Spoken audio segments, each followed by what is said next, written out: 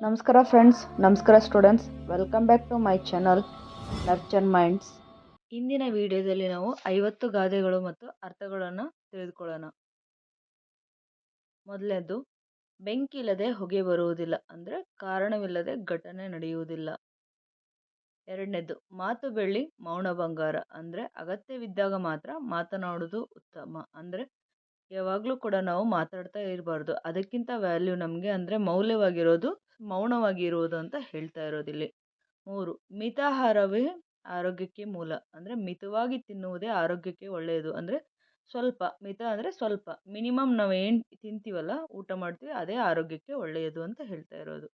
4, ಮಿಂಚಿ ಹೋದ ಕಾಲಕ್ಕೆ ಚಿಂತಿಸಿ ಫಲವಿಲ್ಲ, ಅಂದರೆ ಕಳೆದದ್ದನ್ನು ಕುರಿತು ಚಿಂತಿಸುವುದರಿಂದ ಪ್ರಯೋಜನವಿಲ್ಲ.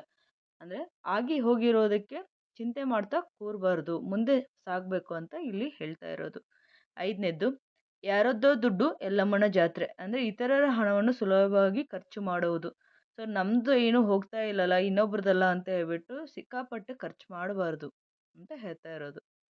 ನೆಕ್ಸ್ಟ್ 6ನೇದು, ಯಾವ ಬೀಜ ಬಿತ್ತುವೆಯೋ ಅದೇ ಬೆಳೆ ಕೊಯ್ಯುವೆ, ಅಂದರೆ ನೀನು ಯಾವ ಕೆಲಸ ಮಾಡಿರ್ತೀಯಲ್ಲ ಅದಕ್ಕೆ ತಕ್ಕ ಫಲ ನಿಮಗೆ ಸಿಗುತ್ತೆ. ಒಳ್ಳೇದು ಮಾಡಿದರೆ ಒಳ್ಳೇದು ಸಿಗುತ್ತೆ, ಕೆಟ್ಟದ್ದು ಮಾಡಿದರೆ ಕೆಟ್ಟದ್ದು ಸಿಗುತ್ತೆ.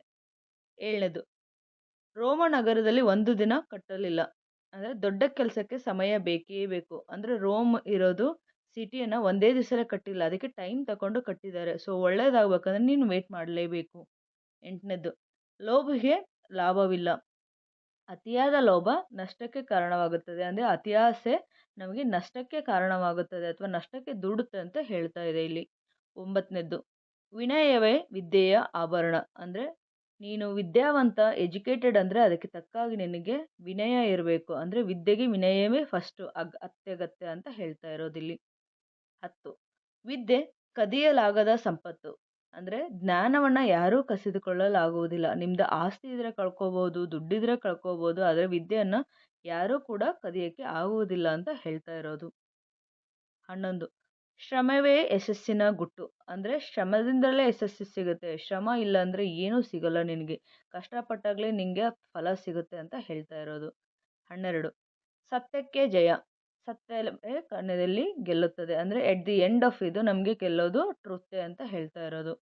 13, 1000 ಸುಳ್ಳಿಗಿಂತ ಒಂದು ಸತ್ಯ ಮೇಲು, ಅಂದರೆ ಸತ್ಯ ಯಾವಾಗಲೂ ಶ್ರೇಷ್ಠ, 1000 ಸುಳ್ಳು ಹೇಳೋಕ್ಕಿಂತ ಒಂದು ಸತ್ಯ ಹೇಳುವುದೇ ಯಾವಾಗಲೂ ಒಳ್ಳೆಯದು ಅಂತ ಹೇಳ್ತಾ ಇರೋದು. 14, ಸಾಲ ಮಾಡಿ ತುಪ್ಪ ತಿನ್ನಬೇಡ, ಅಂದರೆ ಸಾಲದ ಜೀವನ ಬೇಡ ನಿನಗೆ. ಸೊ ಸಾಲ ಮಾಡಿ ತುಪ್ಪ ಆಡಂಬರ ಬೇಡ ನಿನಗೆ, ಎಷ್ಟು ಇದೆ ಅಷ್ಟು ಇರಲೇಬೇಕು ನಿನಗೆ ಅಂತ ಹೇಳ್ತಾ ಇರೋದಿಲ್ಲಿ. 15, ಸುಳ್ಳಿಗೆ ಕಾಲಿಲ್ಲ, ಅಂದರೆ ಸುಳ್ಳು ಹೆಚ್ಚು ದಿನ ಉಳಿಯುವುದಿಲ್ಲ. ನಾವು ಇಲ್ಲಿ 12ಕ್ಕೆ ಏನು ನೋಡಿದ್ವಲ್ಲ ಅದರ ಇನ್ನೊಂದು ಭಾಗ ಇದು. ಸತ್ಯಕ್ಕೆ ಜಯ, ಸುಳ್ಳಿಗೆ ಕಾಲಿಲ್ಲ, ಅಂದರೆ ಸುಳ್ಳು ಹೆಚ್ಚು ದಿನ ಉಳಿಯುವುದಿಲ್ಲ, ಕೊನೆಗೆ ಸತ್ಯನೇ ಗೆಲ್ಲುವುದು ಅಂತ ಹೇಳ್ತಾ ಇರೋದು. 16, ಸುಟ್ಟ ಬೆಕ್ಕು ಹಾಲಿಗೂ ಹೆದರುತ್ತದೆ, ಒಮ್ಮೆ ಮೋಸವಾದನು ಮತ್ತೆ ಎಚ್ಚರಿಕೆಯಿಂದ ಇರುತ್ತಾನೆ, ಅಂದರೆ ಸುಟ್ಟ ಬೆಕ್ಕು ಹಾಲು ಕುಡಿಯುವಾಗ ಅದು ಸುಟ್ಟಿದ್ದು ಮತ್ತೆ ಹಾಲು ನೋಡಿದ್ರೆ ಹೆದರುತ್ತೆ. ಅದೇ ಥರ ನೀವು ಒಂದು ಸಲ ಮೋಸ ಹೋದರೆ ಮತ್ತೆ ಅದನ್ನು ತಿರ್ಗಾ ಮೋಸ ಹೋಗದೇ ಇರೋ ಥರ ನೀವು ಎಚ್ಚರಿಕೆಯಿಂದ ಇರಬೇಕು ಅಂತ ಹೇಳ್ತಾ ಇರೋದು. 17, ಸೋಮಾರಿಗೆ ಸುಖವಿಲ್ಲ, ಅಂದರೆ ಆಲಸ್ಯದಿಂದ ಪ್ರಗತಿ ಸಾಧ್ಯವಿಲ್ಲ. ಸೊ ಕೆಲಸ ಮಾಡದೆ ನೀನು ಕೂತ್ರೆ ನಿನಗೆ ಸುಖ ಸಿಗುವುದಿಲ್ಲ, ಕೆಲಸ ಮಾಡಬೇಕು, ನೀನು ಆಲಸ್ಯನ ಬಿಡಬೇಕು ಅಂತ ಹೇಳ್ತಾ ಇರೋದು. 18, ಹಣೆ ಬರವನ್ನು ಯಾರೂ ಬದಲಾಯಿಸಲಾರರು, ಅಂದರೆ ವಿಧಿಯನ್ನು ಬದಲಾಯಿಸುವುದು ಕಷ್ಟ. ಸೊ ಏನಿರುತ್ತೆ ಅದು ಹಾಗೆಯೇ ಆಗುತ್ತೆ. ನೆಕ್ಸ್ಟ್ 19, ಹಣ್ಣು ಕೊಡುವ ಮರಕ್ಕೆ ಕಲ್ಲು ಹೆಚ್ಚು, ಅಂದರೆ ಒಳ್ಳೆಯವರನ್ನೇ ಹೆಚ್ಚು ಟೀಕಿಸುತ್ತಾರೆ. ಮರದಲ್ಲಿ ಹಣ್ಣು ಚೆನ್ನಾಗಿ ಬಿದೆ ಅಂದರೆ ನೀವು ಕಲ್ಲು ಹೋಗೋದು ಹಣ್ಣು ತೆಗೆದುಕೊಳ್ಳೋಕೆ ಟ್ರೈ ಮಾಡ್ತಾರೆ, ಅಂದರೆ ಒಳ್ಳೆಯವ್ರಿಗೆ ಹೆಚ್ಚು ಟೀಕಿಸುತ್ತಾರೆ, ಅಂದರೆ ಕಷ್ಟಗಳು ಜಾಸ್ತಿ ಅಂತ ಹೇಳ್ತಾ ಇರೋದಿಲ್ಲಿ. 20, ಹಸಿದ ಹೊಟ್ಟೆಗೆ ಶಾಸ್ತ್ರ ಬೇಡ. ಸೊ ಮೊದಲು ಮೂಲಭೂತ ಅಗತ್ಯ ಪೂರೈಸಬೇಕು. ಸೊ ಏನು ಇಂಪಾರ್ಟೆಂಟ್ ಫಸ್ಟು ಅದನ್ನು ಮಾಡಬೇಕು, ಅದು ಬಿಟ್ಟು ಅದಕ್ಕೆ ರೂಲ್ಸು ರೆಗ್ಯುಲೇಷನ್ ಅಂತ ಶಾಸ್ತ್ರ ಮಾಡ್ತಾ ಹೋದರೆ ಒಳ್ಳೆಯದಾಗೋದಿಲ್ಲ, ಮಾಡಬಾರ್ದು ಅಂತ ಹೇಳ್ತಾ ಇರೋದು. ನೆಕ್ಸ್ಟ್ 21, ಅನ್ನವೇ ಪರಬ್ರಹ್ಮ, ಅಂದರೆ ಎಲ್ಲಕ್ಕಿಂತ ಆಹಾರವೇ ಅತ್ಯಂತ ಮುಖ್ಯ ಅಂತ ಹೇಳ್ತಾ ಇರೋದು.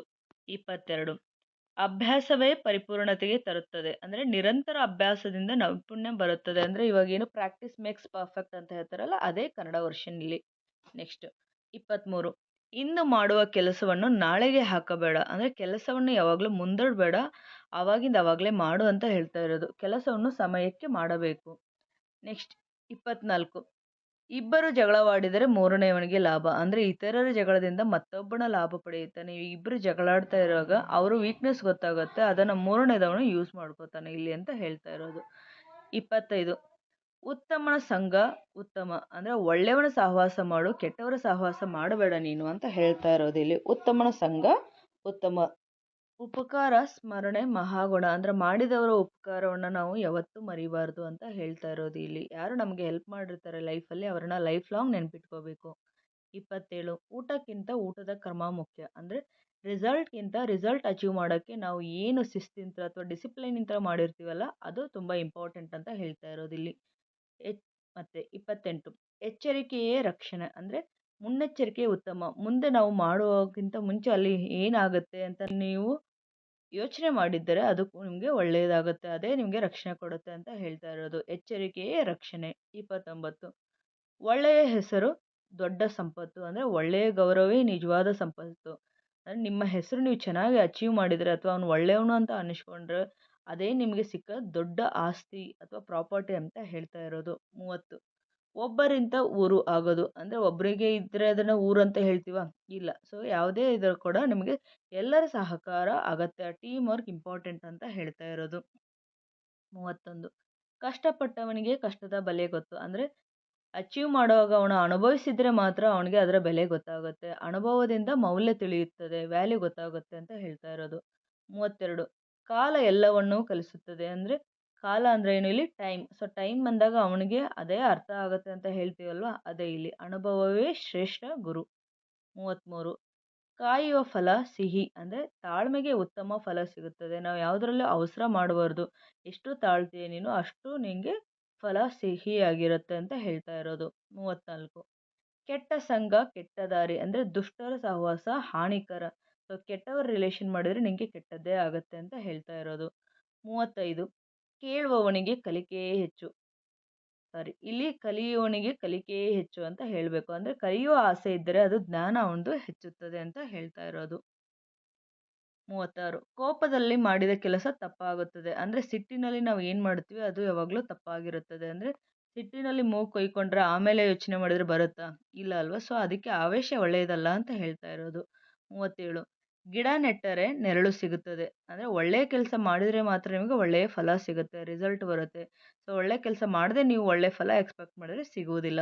ನೆಕ್ಸ್ಟ್ 38 ಗುರಿ ಇದ್ದರೆ ದಾರಿ ಸಿಗುತ್ತದೆ ಅಂದ್ರೆ ನಿಮಗೆ ಏನ್ ಮಾಡಬೇಕು ಅಂತ ದೃಢ ಸಂಕಲ್ಪ ಮಾಡಿದರೆ ಮಾತ್ರ ನಿಮಗೆ ಯಶಸ್ಸು ಸಿಗುತ್ತದೆ ಅಂತ ಹೇಳ್ತಾ ಇರೋದಿಲ್ಲಿ. 39 ಚೆನ್ನಾಗಿ ಯೋಚಿಸಿ ಕೆಲಸ ಮಾಡು ಅಂದ್ರೆ ಆಲೋಚಿಸಿ ನಿರ್ಧಾರ ತೆಗೆದುಕೊಳ್ಳು, ಅವಸರದಲ್ಲಿ ಮಾಡಕ್ ಹೋಗಬೇಡಿ ಅಂತ ಹೇಳ್ತಾ ಇರೋದು. 40 ಚಿಕ್ಕ ಬೆಂಕಿಯೇ ದೊಡ್ಡ ಕಾಡು ಸುಡುತ್ತದೆ. ಸೊ ಒಂದು ದೊಡ್ಡ ಕಾಡು ಸುಡ್ಲಿಕ್ಕೆ ಒಂದು ಚಿಕ್ಕ ಬೆಂಕಿ ಸಾಕು ಅಲ್ವಾ, ಅದೇ ಹೇಳ್ತಾ ಇರೋದಿಲ್ಲ. ಸಣ್ಣ ತಪ್ಪು ದೊಡ್ಡ ಸಮಸ್ಯೆ ಆಗಬಹುದು ಅಂತ ಹೇಳ್ತಾ ಇದ್ದಾರೆ.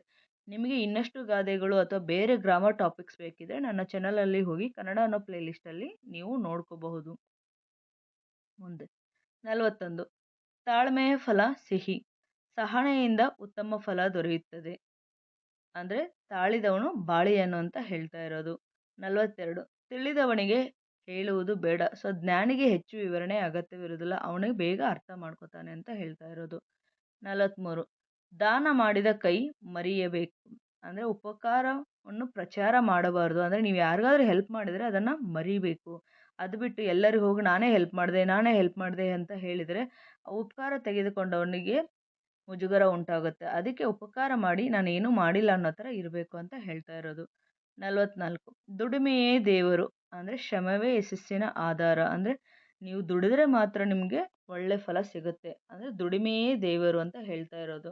45 ನಂಬಿಕೆಯೇ ಜೀವನದ ಮೂಲ ಅಂದ್ರೆ ಜೀವನದಲ್ಲಿ ನಾವು ಏನೇ ಮಾಡಬೇಕಾದ್ರೂ ಅದಕ್ಕೆ ವಿಶ್ವಾಸ ಮುಖ್ಯ ಅಂತ ಹೇಳ್ತಾ ಇರೋದು. 46 ನೇರ ದಾರಿ ನೆಮ್ಮದಿ ಅಂದ್ರೆ ಪ್ರಾಮಾಣಿಕ ಜೀವನ ಉತ್ತಮ. ನೇರ ಬಿಟ್ಟು ನೀವು ಅಡ್ಡದಿಡ್ಡ ದಾರಿಯಲ್ಲಿ ಹೋಗ್ತಾ ಇದ್ದೀನಿ ಅಂತ ಅಂದ್ರೆ ನಿಮಗೆ ತುಂಬಾ ತೊಂದರೆಗಳಾಗುತ್ತೆ, ಜೀವನ ಉತ್ತಮವಾಗಿ ನಡೆಸಲು ಆಗುವುದಿಲ್ಲ ಅಂತ ಹೇಳ್ತಾ ಇರೋದು. ನೀವು ಮೊದಲಿಗೆ ನನ್ನ ಚಾನಲ್ ನೋಡ್ತಾ ಇದ್ರೆ ಸಬ್ಸ್ಕ್ರೈಬ್ ಮಾಡಿ ಮತ್ತೆ ಬೆಲ್ ಐಕಾನ್ನ ಕ್ಲಿಕ್ ಮಾಡಿ, ಸೊ ದಟ್ ನೀವು ಯಾವುದೇ ವಿಡಿಯೋನ ಮಿಸ್ ಮಾಡಲಿಕ್ಕೆ ಹೋಗುವುದಿಲ್ಲ. ಮುಂದೆ 47 ಪ್ರೀತಿ ಎಲ್ಲವನ್ನೂ ಗೆಲ್ಲುತ್ತದೆ ಅಂದ್ರೆ ಪ್ರೀತಿಗೆ ಎಲ್ಲವನ್ನೂ ಗೆಲ್ಲುವ ಶಕ್ತಿ ಇದೆ. ನಿಧಾನ ಆಗ್ಬೋದು ಆದ್ರೆ ಎಲ್ಲವನ್ನೂ ಅಚೀವ್ ಮಾಡುತ್ತೆ ಅಂತ ಹೇಳ್ತಾ ಇರೋದಿಲ್ಲಿ. 48 ಬುದ್ಧಿಯೇ ಬಲ ಅಂದರೆ ಜ್ಞಾನ ದೈಹಿಕ ಬಲಕ್ಕಿಂತ ಶ್ರೇಷ್ಠ. ಅಂದರೆ ಶಕ್ತಿಗಿಂತ ಯುಕ್ತಿ ಮೇಲು ಅಂತ ಹೇಳ್ತೀವಲ್ವ. ಸೊ ನಿಮಗೆ ದೈಹಿಕ ಶಕ್ತಿಗಿಂತ ಬುದ್ಧಿಶಕ್ತಿಯೇ ಮೇಲು ಅಂತ ಹೇಳ್ತಾ ಇರೋದಿಲ್ಲಿ. 49 ಮರದ ಬೇರು ಗಟ್ಟಿಯಾದರೆ ಮರ ಗಟ್ಟಿಯಾಗಿರುತ್ತದೆ. ಅಂದರೆ ಭದ್ರ ಅಡಿಪಾಯ ಅತ್ಯಗತ್ಯ. ಇವಾಗ ಮರದ ಬೇರು ಸರಿ ಇಲ್ಲ ಅಂದರೆ ಮರ ದೊಡ್ಡದಾಗಿ ಬೆಳೆಯಕ್ಕೆ ಸಾಧ್ಯವಾ? ಇಲ್ಲ. ಸೊ ಯಾವುದೇ ಒಂದು ನಾವು ನಾಲೆಡ್ಜ್ ಪಡಿಬೇಕಂದ್ರೆ ಅದಕ್ಕೆ ಸರಿಯಾದ ಅಡಿಪಾಯ ಹಾಕಬೇಕು. ನೆಕ್ಸ್ಟ್ 50 ಹಿರಿಯರ ಮಾತು ಅಮೃತ. ಅಂದರೆ ಹಿರಿಯರ ಸಲಹೆ ಜೀವನಕ್ಕೆ ಯಾವಾಗಲೂ ಕೂಡ ಒಳ್ಳೆಯದೇ ಆಗಿರುತ್ತೆ, ಮಾರ್ಗದರ್ಶಿ ಆಗಿರುತ್ತೆ, ಅಮೃತದ ಥರ ಇರುತ್ತೆ. ಸೊ ಹಾಗಾಗಿ ನಾವು ದೊಡ್ಡವರ ಮಾತನ್ನು ಯಾವಾಗಲೂ ಕೇಳಬೇಕು ಅಂತ ಹೇಳ್ತಾ ಇರೋದಿಲ್ಲಿ. ಸೊ ಅಭ್ಯಾಸ ಮಾಡಿ, ಇದರ ಅರ್ಥಗಳನ್ನು ನೀವು ಕಮೆಂಟ್ ಮೂಲಕ ನನಗೆ ತಿಳಿಸಿ. ಯಾವ್ಯಾವುದದು? ದುಡಿಮೆಯೇ ದೇವರು, ಒಬ್ಬರಿಂದ ಊರು ಆಗೋದು, ಮಾತು ಬೆಳ್ಳಿ ಮೌನ ಬಂಗಾರ. ಹೇಗಿತ್ತು ವಿಡಿಯೋ? ಈಸಿನಾ ಡಿಫಿಕಲ್ಟಾ? ಇನ್ನಷ್ಟು ಕನ್ನಡ ಪಾಠಗಳಿಗೆ ಲೈಕ್ ಮಾಡಿ, ಶೇರ್ ಮಾಡಿ, ಸಬ್ಸ್ಕ್ರೈಬ್ ಮಾಡಿ. Nurture minds. ಮತ್ತೆ ಸಿಗೋಣ ಇನ್ನೊಂದು ವಿಡಿಯೋ ಜೊತೆ ಮುಂದಿನ ಭಾನುವಾರದಲ್ಲಿ. Thank you.